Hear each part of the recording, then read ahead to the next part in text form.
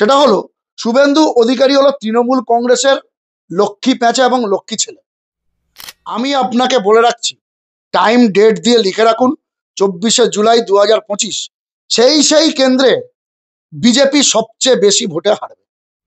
আবার এদের মাঝখানে একটা নতুন আমদানি হয়েছে, দেখবেন, স্বঘোষিত জাত গোখরো।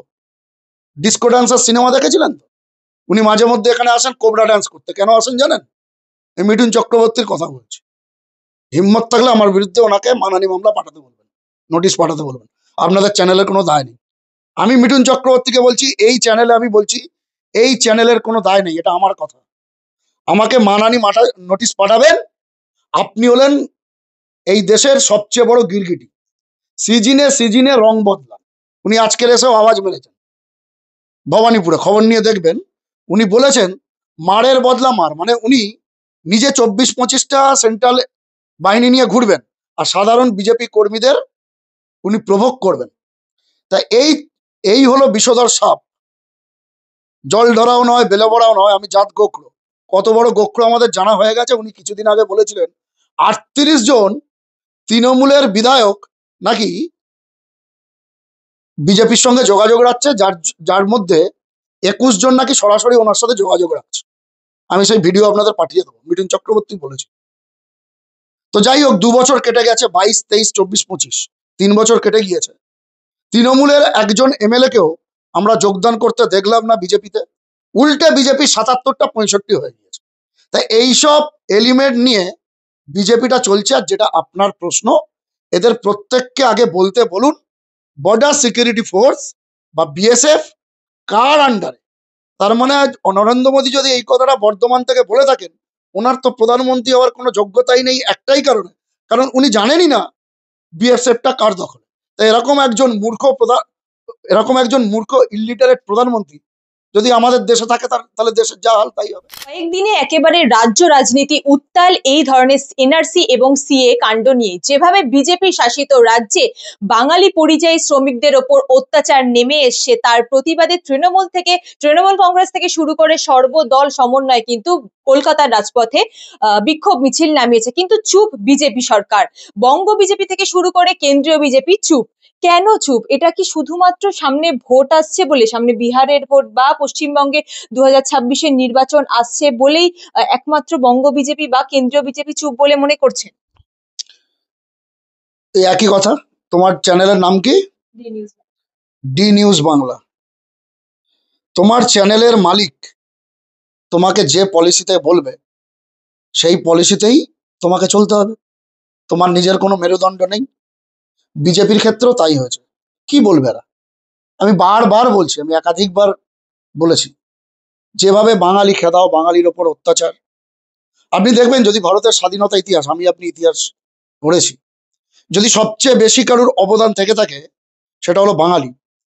গুজরাটকে ভাগ হতে হয়নি, উত্তরপ্রদেশকে ভাগ হতে হয়নি, বিহারকে ভাগ হতে হয়নি, মধ্যপ্রদেশকে ভাগ হতে হয়নি। দেশ ভাগের জ্বালা যন্ত্রণা বাঙালি বোঝে। এবং স্বাধীনতা আন্দোলনে সবচেয়ে বেশি অবদান যদি কোনো জাতির থেকে থাকে সেটা হলো বাঙালি জাতি। আপনি ক্ষুদিরাম বসু বলুন, ক্ষুদিরাম বসু দেশের জন্য আত্মত্যাগ করেছিলেন, বাঙালি। নেতাজি সুভাষচন্দ্র বসু বাঙালি। ইন্ডিয়ান ন্যাশনাল অ্যান্থেম জনগণ মন অধি কার লেখা? বাঙালি বিশ্বকবি রবীন্দ্রনাথ ঠাকুর। ইন্ডিয়ান ন্যাশনাল সং বন্দে মাতারাম রচয়িতাকে বঙ্কিমচন্দ্র চট্টোপাধ্যায়। ছেড়ে দিন, বিজেপি তো এসব মানে না, কারণ বিজেপির স্বাধীনতা আন্দোলনে কোনো অবদান নেই। বিজেপি এমন একটা দল থেকে, মানে এমন একটা অরিজিন থেকে বিজেপির জন্ম হয়েছে, যাদের নেতা সাভারকার সেলুলার জেলে ইংরেজদের হাতে পায়ে ধরে মুচলেকা দিয়ে ছাড়া পেয়েছিল। বুঝতে পারলেন? সেই বিজেপির থেকে আমরা এর থেকে বেশি কিছু আর আশা করতে পারি না। এখন বিষয় হলো, আমরা বিদেশিদের তাড়িয়েছি, মানে ইংরেজদের, মানে আমরা বাঙালিরা। আর আজকের আমাদেরকে বলা হচ্ছে আমরা বিদেশি, মানে আমরা বাংলাদেশি। কে বলছেন? হেমন্ত বিশ্ব শর্মা। বিজেপির নেতা, তা খুব স্বাভাবিকভাবেই মেরুদণ্ডহীন কৃমির দল, জানেন তো, কেঁচো, কৃমি, কেন্ন, এদের কোনো মেরুদণ্ড থাকে না। তো বঙ্গ বিজেপির নেতারা হলো তাই, এদের নিজস্বতা বলে কিছু নেই, এদের মেরুদণ্ডহীন এরা। যে লোকটির মেরুদণ্ড আছে সেই লোকটির নাম হলো দিলীপ ঘোষ। তিনি রাজনৈতিকভাবে অনেক আবল তাবল বকেন, সেটা পরের ব্যাপার, কিন্তু তার মেরুদণ্ড আছে, তাই জন্য তিনি দলে কোণঠাসা। আজ যারা উচ্ছিষ্টভোগী, যারা কলকে টানে, যারা ইডি সিবিআই এর ভয়তে যারা বিজেপির ওয়াশিং মেশিনে সাফসুতরা হয়ে নাম লেখায়, সেই বিজেপি দিয়েই তো চলছে। আপনি আমাকে একটা কথা বলুন তো, এই যে বিজেপি আপনি দেখছেন, শুভেন্দু অধিকারী লিড করছে বঙ্গ বিজেপি, তার ডান পাশে কে? টাগলা কৌস্তব, আমার মাথায় টাগ আছে, এটা আমার বংশগতভাবে টাক। আর ও হয়েছে বার খেয়ে হনুমান হয়ে টাক হয়েছে, ঠিক আছে। বাঁ পাশে কে? অর্জুন সিং, যিনি বাড়ির মজদুর ভবনে, কোনোদিন যাবেন ভাটপাড়ায়, মজদুর ভবনে অর্জুন সিংকে বাড়ির দোতলা থেকে একতলায় নামতে হলো, ছাড়ুন অনেকটা রাস্তা, তবু সিঁড়ি বেরোতে হয়, দোতলা থেকে ব্যালকনিতে যেতে হলে 24টা সিকিউরিটি গার্ড নিয়ে যেতে হয়। সে হলো এখন বিজেপি। বিজেপির নেতাকে সজল ঘোষ, বুঝলেন, এইসব নিয়ে শঙ্কুদেব পান্ডা, বাপরে বাপ, গায়ে মানে না আপনি মোড়ল, শঙ্কুদেব পান্ডা, সে, এরা হলো বিজেপির নেতা, বুঝতে পারলেন? এদের কারুর বিজেপির বা আরএসএস এর অরিজিন আছে? অ্যাকচুয়ালি দেখবেন সোশ্যাল মিডিয়া একটা কথা ঘোরাফেরা করে, বিজেমূল, এরাই হলো বিজেমূল।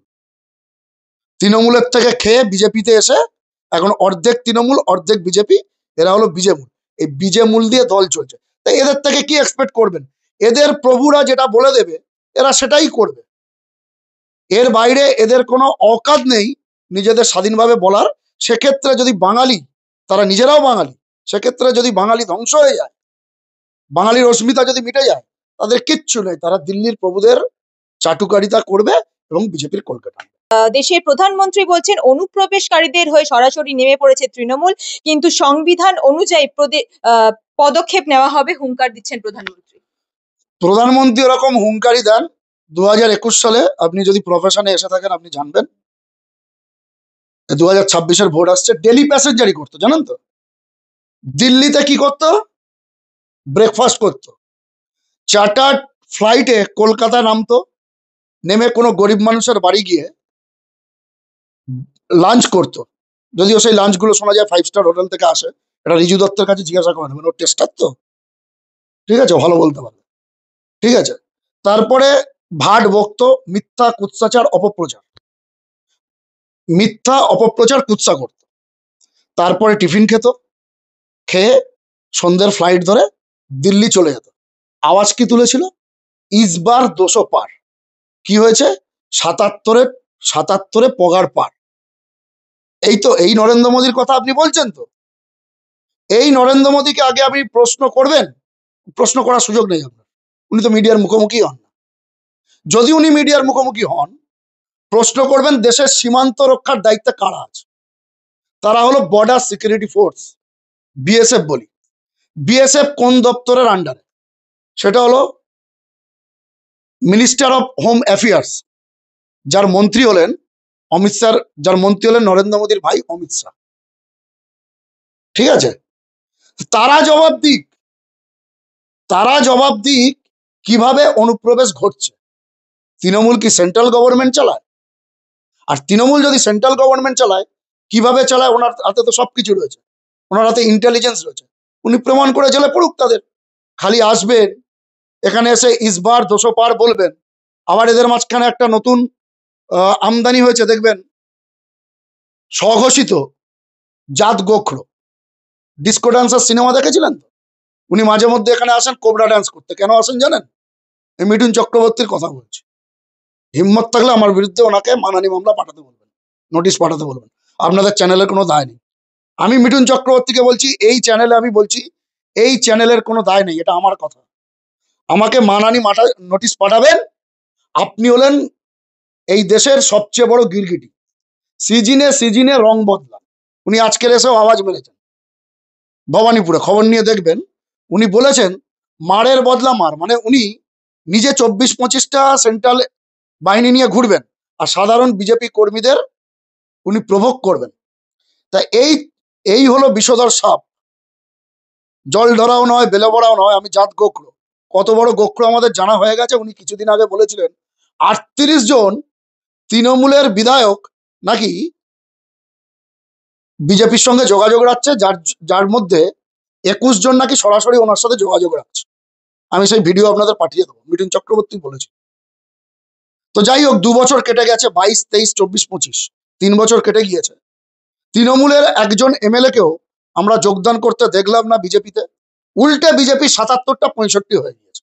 তাই এইসব এলিমেন্ট নিয়ে বিজেপিটা চলছে। আর যেটা আপনার প্রশ্ন, এদের প্রত্যেককে আগে বলতে বলুন বর্ডার সিকিউরিটি ফোর্স বা বিএসএফ কার আন্ডারে।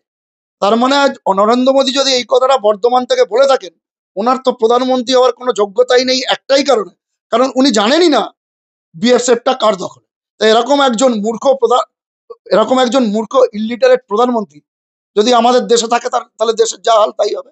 অন্যদিকে শুভেন্দু অধিকারী বলছেন যে 2026-এ মমতা বন্দ্যোপাধ্যায়কে প্রাক্তন মুখ্যমন্ত্রী পদে তিনি করবেন, মানে প্রাক্তন মুখ্যমন্ত্রী একেবারে। এই যে বঙ্গ বিজেপি আমরা দেখতে পেয়েছি গত উপনির্বাচন থেকে শুরু করে সমবায় ব্যাংকে বা বিধানসভা ভোট সামনে আসেন, লোকসভা ভোটে একেবারে ভরাডুবি, সেখান থেকে প্রাক্তন মুখ্যমন্ত্রী করার হুমকি দিচ্ছেন শুভেন্দু অধিকারী, কি বলবেন?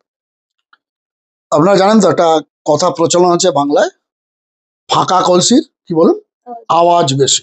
তা শুভেন্দু অধিকারী হলো ওই ফাঁকা কলসি। আমি আপনাকে বলে রাখি, স্ট্যাটিস্টিক্স মিলিয়ে নেবেন বা পুরোনো ভিডিও, এখন তো সোশ্যাল মিডিয়ার যুগ। 2021 সালে এই শুভেন্দু অধিকারী বলেছিল আমি ওনাকে প্রাক্তন করব, 500,000 ভোটে হারাবো নন্দীগ্রাম থেকে, বলেছিল শুভেন্দু অধিকারী। রেজাল্ট কি হয়েছে? রেজাল্ট বিকেল 4টের সময় আমরা দেখলাম মমতা ব্যানার্জি জিতে গেছেন। কোনো এক অজ্ঞাত কারণে লোডশেডিং করার পর শুভেন্দু অধিকারী 1956 ভোটে জিতলেন।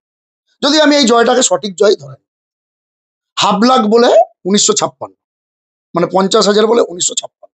উনি 2022 সালে বলেছিলেন এটাই শেষ 21শে জুলাই, মানে 2022 সালে বলেছিলেন 2022 সালের 21শে জুলাইটা শেষ 21শে জুলাই।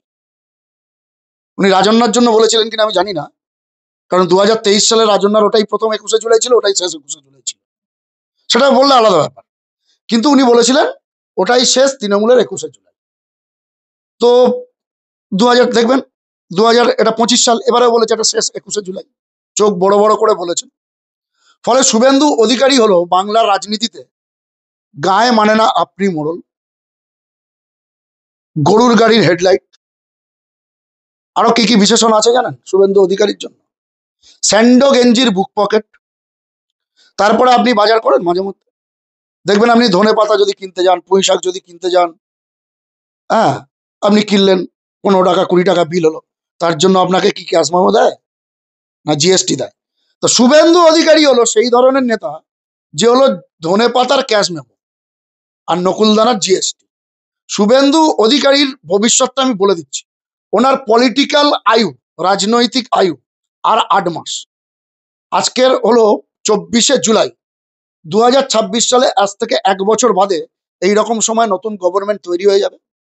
মমতা ব্যানার্জি, রাজ্যপাল তখন কে থাকবে জানি না, রাজভবনে গিয়ে 4র্থবারের জন্য শপথ নিয়ে নবান্নের 14 তলায় উঠে ফের মুখ্যমন্ত্রী হবেন। বিজেপি ফের বিরোধী দল হলেও হতে পারে, যদি সিপিএম বা কংগ্রেসের মতো শূন্য না হয়ে যায়, সেই সম্ভাবনাও আছে। কিন্তু বিজেপিও যদি বিরোধী দল হয়, শুভেন্দু অধিকারী বিরোধী দলনেতা থাকবেন না। ওনার কি হবে জানেন? ওনার ভবিষ্যৎটা বলে দিচ্ছে, এটা রেকর্ড করে রাখুন, চালাবেন। ওনার ভবিষ্যৎ হলো দীঘার জগন্নাথ মন্দিরের বাইরে ওই শাহাবুদ্দিনের বাড়ি 3 বাটি 4 বাটির কি গল্প শোনা যায়, ওই 3টে বাটির খোঁজ উনি করছেন, ওই 3টে বাটি নিয়ে বসে পড়বেন। পাশাপাশি কেউ ওনার পাশে থাকবে না, কাঁথির খালপাড়ে বসে একা একা বিজেপির ঝান্ডা ধরে জয় শ্রীরাম আর বলবেন না, তিনি বলবেন রাম নাম সত্য হ্যায়। এটাই হলো শুভেন্দু অধিকারীর ভবিষ্যৎ। আর শুভেন্দু অধিকারী, যে কথাটা আমি সর্বপ্রথম 2021 সালে বলেছিলাম, এখন শুনি তৃণমূলের অনেক মুখপাত্র এই কথাটা বলেন, আমার শুনে ভালো লাগে। সেটা হলো শুভেন্দু অধিকারী হলো তৃণমূল কংগ্রেসের লক্ষ্মী প্যাঁচা এবং লক্ষ্মী ছেলে। মানে যে যে জায়গায় গিয়ে শুভেন্দু অধিকারী প্রচার করবেন। আমি আপনাকে বলে রাখছি, টাইম ডেট দিয়ে লিখে রাখুন, 24শে জুলাই 2025। সেই কেন্দ্রে বিজেপি সবচেয়ে বেশি ভোটে হারবে।